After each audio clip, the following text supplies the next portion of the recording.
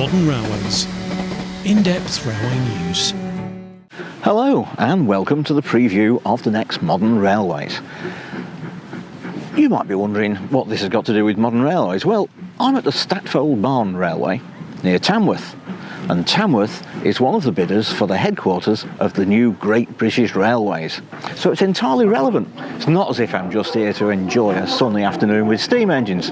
Obviously not somebody who works for Modern Railways. However, it might be a side benefit. Still, talking and enjoying ourselves, let's look at the next edition. And here to tell us all about it is the editor, Mr. Philip Sherratt. Bumper edition again. We have got a special feature on Crossrail, but he's going to tell you all about it now. So over to you, Philip. Well, hello everyone. Thanks very much, Ian, and good to be with you again for our May issue. Now, I'm sure I always say that every issue of Modern Railways is packed with great stuff, but I think it's ever more true with this issue because it's a bit of a bumper package, as I will explain to you. So I'll start with the main magazine, where our lead features are about Wessex route, the southwestern patch. Now, if you go back 5 years, then the idea of closing the railway for a week during across the week when commuters would be travelling and disrupting their journeys would probably not have been very palatable. But the world's changed and we have different approaches to things. We have COVID-induced changes in demand, and the railways got better at managing blockades, I think it's fair to say. So Network Rail's southern region in particular has been piloting the use of week-long closures of the railway to get lots of work done, and indeed they've got a blockade director for the southern region. So I spoke to him along with the Wessex route director Mark Killick about what Wessex in particular is doing, how they plan blockades, how they select them, some examples of the work that they've done. I think that's a really interesting and good approach to what they're doing. And we also have an item on Wessex about signalling, a couple of big signalling schemes, the Feltham area re-signalling, which is covering southwest London out into Surrey and Berkshire, and also the scheme on the Portsmouth Direct, as well as a few other bits and pieces. But Feltham and Portsmouth are the main two components of that. And then our other main feature is about the May timetable change. This is one of our regular features. We do previewing what's going to happen with the timetable changes. Well, in some cases, there's not masses to report, but there's still lots of interesting detail out there, and there's some definite good news stories beyond just the standard reviving the timetables after the COVID reductions. Now, I mentioned it's a bumper issue, and that's because trailed this heavily last month. We have our special feature on the Elizabeth line on Crossrail, as that is about to open. We don't know the date yet, but we know it's coming pretty soon. So we've got a 48-page special for you celebrating this. Now, clearly it's been a project which had its difficulties and there are lessons to be learned, and we reflect on all of that, but there's also a lot to celebrate in terms of what's been achieved, and having travelled on the railway, I can attest to the fact that it really is very impressive, and it's a tribute to what we can do as an industry. So I hope you find it a really interesting reflection on the project, and please, when the railway opens, do go and try it out, because it really is worth seeing when you actually get down onto it. So a 48-page special with every issue of the magazine, and I'm sure you'll enjoy it.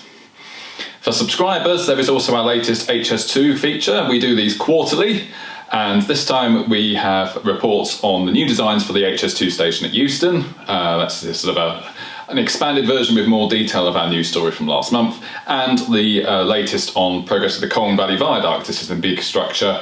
Will it be the longest rail bridge in Britain? There's some contention over whether it can hold that claim, but certainly a major structure on HS2's Phase 1 route.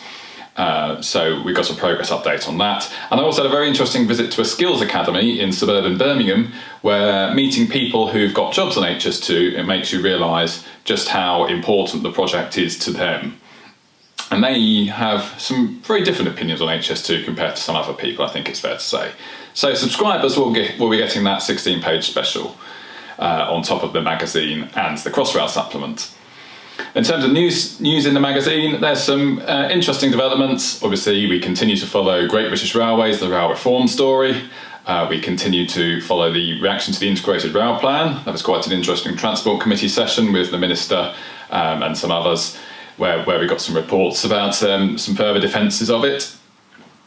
And there's quite a bit of other news to pick up on as well. The mock-up for the new Piccadilly line trains, which was unveiled at Goole back in March.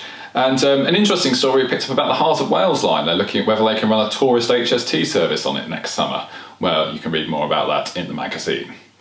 So it's a bumper package. Subscribers are getting 148 pages worth of reading this month. So I hope you've cleared out plenty of space over the bank holidays and so on to do some reading.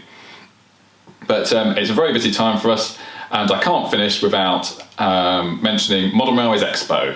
That's our new show, which we are now working on. It's a 2-day show at Milton Keynes. We're going to bring the industry together to look at the future of Britain's railways, which is very apt in this era of rail reform and also in our 60th anniversary year. So you can read more about that in the magazine and look out for more on the web and on social media about that in the coming weeks and months. So that's all from me for this month. Stay safe, hope you're all well, and I'll hand back over to Ian. Thank you, Philip. Sounds good, doesn't it? Next up, of course, our very own Captain Deltic, Roger Ford. I won't bother previewing anything Roger's going to tell you, because there's always lots of it and it's all good quality stuff. So here he comes. Roger. Hello there, and welcome to another preview of Informed Sources in the next issue of Modern Railways. This month's Informed Sources has a couple of shortish items and then a major feature on developments at Liverpool Street, which I think you'll find particularly interesting. The first item carries on my long-running analysis of costs and where we are. We all know that the train operators have got to reduce their costs, and reported on things like cutting staff numbers to cut the wage bill. But what I do in this issue is look at where the train operators' costs come from. Yes, we know about staff costs, but then they also have to pay train leasing costs, and they have to pay track access charges to Network Rail. And when you look at it, you find that the train costs and the track access charges have increased far faster than staff costs. So not easy to cut those costs, but that's something to consider. The second item is about the issue that emerged a few months back at Southeastern, where there were discrepancies found in the handling of franchise payments, subsidies and repayments. That first emerged when the first group mentioned that there was a possibility that due to discrepancies in the past, they might have to pay £8 million back to DfT for money that they were overpaid. The next thing we knew that was down to £25 million, and that an independent review was being set up to find out what had been going on. Well, the review was published in March, and it reveals that there were discrepancies going back over 13 or 14 years. And when I tell you that the sum of money that DfT has recovered is over £50 million, and that there's a £23 million fine as well, apart from them being stripped of the franchise, you can see that there's quite an interesting story behind the scenes there of how this was going on, where the money was hidden, and so on. And finally, we have my visit to Liverpool Street. When he joined Network Rail, when he returned to Network Rail after his period at the Civil Aviation Authority, Chief Executive Andrew Haynes was, to use his own word, dismayed at the way the focus on operating had slipped behind other issues. Anyway, he determined to reverse this process and put the operator back at the centre of the railways, and that included a programme called 21st Century Operations.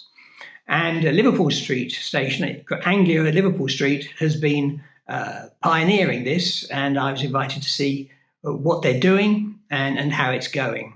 And it is quite fascinating. It's divided up into three focus points: people, process, and technology.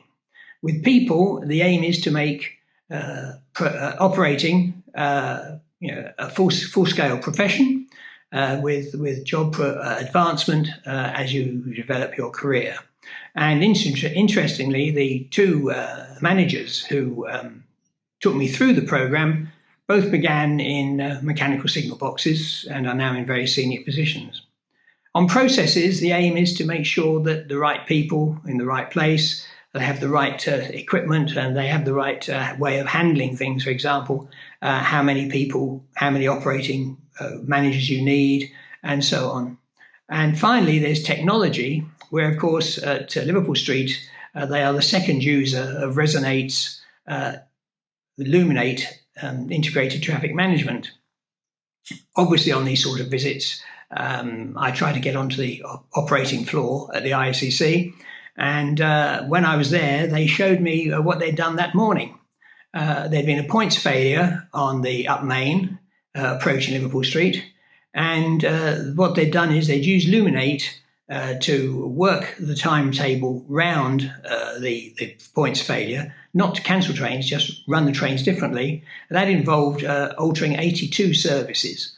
And that was all done in 5 minutes and was then run automatically by the ARS. Interestingly, a few days before I went to Liverpool Street, I bumped into the managing director of Western Region at the Golden Whistles Awards, mentioned I was going to Liverpool Street.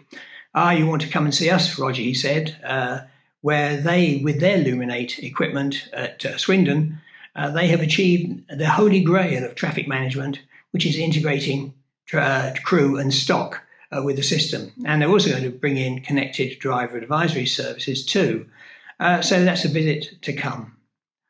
Finally, on a nostalgic point, this issue marks the 40th anniversary of the first appearance of what was going to be Informed Sources. It was called Ahead of the News, and it was pretty much what you see in Informed Sources now.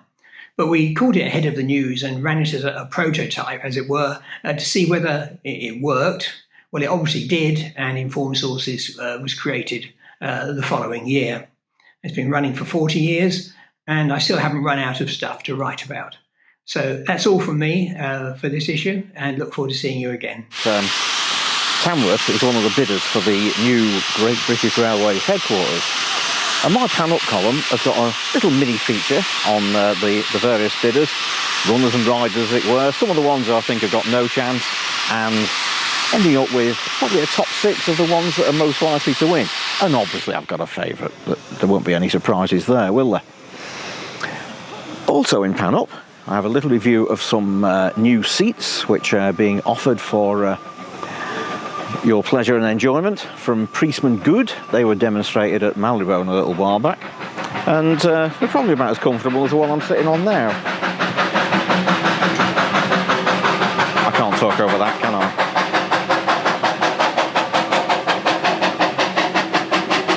But as well as looking at that, also got a feature on Cardiff, a return to Cardiff for me. Some of you may know that I used to run the depot at Cardiff Canton, at least the regional railway side of it. And it was fascinating to go back there for the Modern Railways Conference and also get a look round the depot on one of the excellent new Stadler trains. So as a review of all that, the trains and the depot and all of the various changes since, Pan-Up will be featuring that. So that's it for this month, and hope you enjoyed the edition, and I hope you enjoy the background as well. So, if the new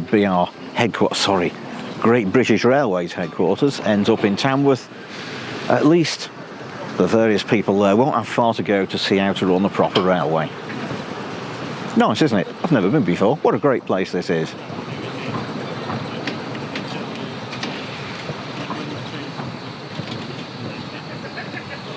I could sit here all afternoon. In fact, I think I will. Bye, everybody.